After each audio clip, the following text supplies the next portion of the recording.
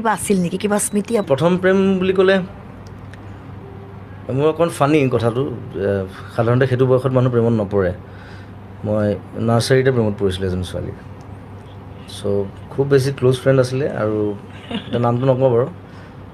চ' কৰিমগঞ্জত আমি প্ৰান্তিক কিণ্ডাৰগাৰ্টেন স্কুলত পঢ়িছিলোঁ একেলগে। আৰু তাৰপিছত আমি কৰিমগঞ্জত আমি প্ৰায় 8 বছৰ আছিলোঁ। সিহঁত 3 বছৰমান থাকি পেলাই তাহাঁতৰ ট্ৰান্সফাৰ হৈ গ'ল। চ' ক্লাছ 2 মান পাওঁতে তাই ট্ৰান্সফাৰ হৈ গুচি গৈছিলে। আৰু ইণ্টাৰেষ্টিংলি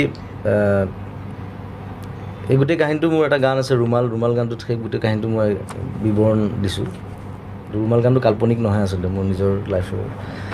আৰু ইণ্টাৰেষ্টিংলি গুৱাহাটীত আহি তাৰপিছত মই জুবিন গাৰ্গ হোৱাৰ পিছত NK প্ৰডাকশ্যনৰ মালিক দেৱ বৰকটকী আৰু মই প্ৰায় আমি 18 বছৰমান একেলগে ভাড়া কৰি আছিলোঁ ভাড়াঘৰত।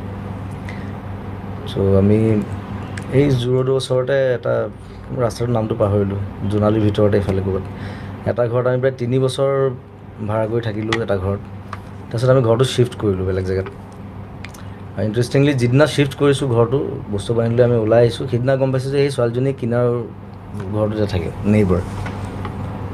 চ' তেতিয়া মই গম পাই পেলাই তাইক মাতিবলৈ গ'লোঁ, কথা পাতিলোঁ। তাৰপিছত মই সুধিলোঁ তাইক, মই বোলো তুমি ইমান দিন মাত দিবলৈ কিয় অহা নাছিলে?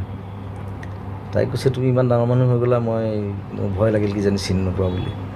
এনিৱে তাই এতিয়া তাতে থাকে, আৰু আমি তাৰপিছত শ্বিফ্ট কৰি গুচি আহিলোঁ। আৰু গোটেই ঘটনাটো ইণ্টাৰেষ্টিং, অলপ চিনেমেটিক, কিন্তু মোৰ প্ৰথম প্ৰেমৰ ষ্টৰিটো এইটোৱে আৰু।